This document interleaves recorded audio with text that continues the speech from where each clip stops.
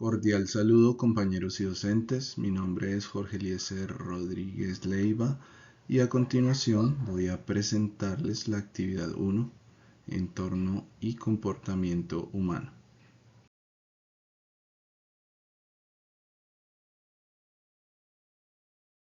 Hablar sobre comportamiento humano es sumamente complejo y necesario.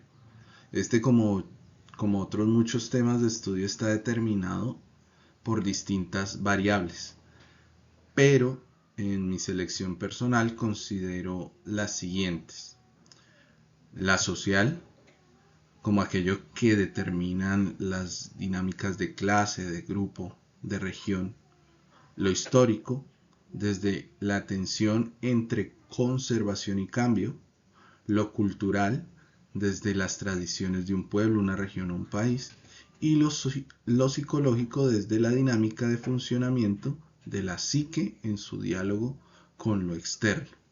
Obviamente también, retomando las lecturas, hablamos de una parte biológica que sustenta todo lo demás.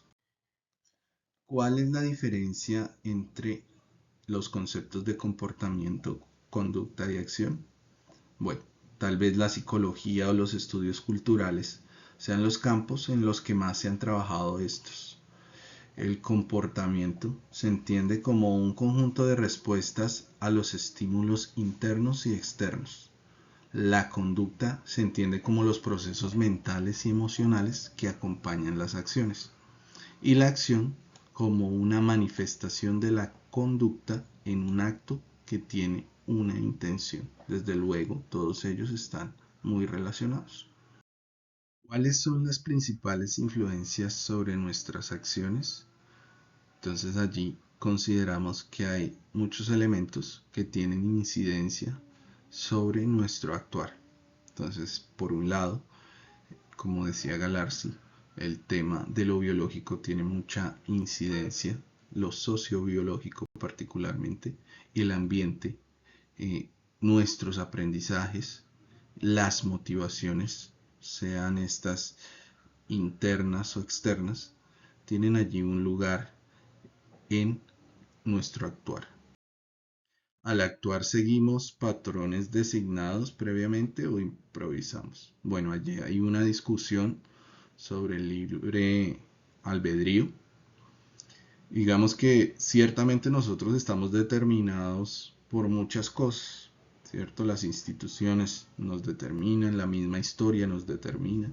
Tenemos 500 años de historia colonial en nuestra América que nos determina de una u otra manera, lo sociobiológico, las clases sociales, los grupos de interés. Pero también considero que hay un rango de agencia en la cual nosotros podemos actuar, ¿sí? Y construir unas formas de respuesta a determinadas situaciones o cosas. ¿Por qué nos cuesta trabajo entendernos con los demás? Esta es una pregunta que está mediada por lo que es el conflicto, y el conflicto es inherente al ser humano, está en nuestra naturaleza. ¿Qué atraviesa ese conflicto? Pues la cultura, los intereses propios, las preconcepciones que tenemos sobre el otro y la capacidad de consenso y disenso.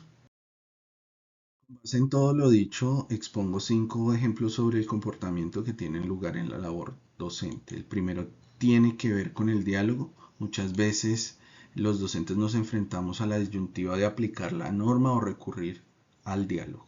Cuando se recurre a este, se entiende al otro y se pone en práctica la capacidad de escucha y de proponer soluciones. El segundo, la coherencia, tiene que ver con lo que proyectamos como docentes en verbo de acción. Si yo hablo de disciplina, debo mostrarle al estudiante cómo vivencio yo la disciplina, ¿cierto? Por medio de la retroalimentación clara, por medio del cumplimiento del tiempo de la clase, en la preparación de la misma clase, ¿cierto? Y cómo genero yo también transformaciones en los actos, en las acciones de ellos y en su conducta como tal. El tercero se refleja en un análisis de cómo vivenciamos nosotros los nuevos desafíos de la sociedad. como por ejemplo las nuevas formas de familia que no solo pasan por el género, sino también por el abandono familiar. Hay familias de abuela con el nieto, tías con los sobrinos. Bueno, y esto nos da unas nuevas formas de familia. Eh, Transforma además cómo nos referimos a esa institución, la familia, de la que hace parte el estudiante. Es un desafío, al igual que el número 4, las nuevas transformaciones tecnológicas que nos generan una nueva sociabilidad, un nuevo relacionamiento que no podemos simplemente rechazar, sino que debemos construir en el estudiante conductas positivas frente a ese fenómeno. Y finalmente, pues el desarrollo biológico, que significa desde autores como Piaget, que planteemos experiencias de aprendizaje acordes al desarrollo del niño y del adolescente. Esto quiere decir que no generemos unos traumatismos, ¿cierto? Y estemos muy atentos, pues, al desarrollo psicológico para plantear actividades acorde y generar unas transformaciones en la forma de pensamiento, bueno, de habilidades de pensamiento del estudiante. Finalmente, estas son las referencias a las cuales se acudió. Agradezco mucho su escucha y sus comentarios.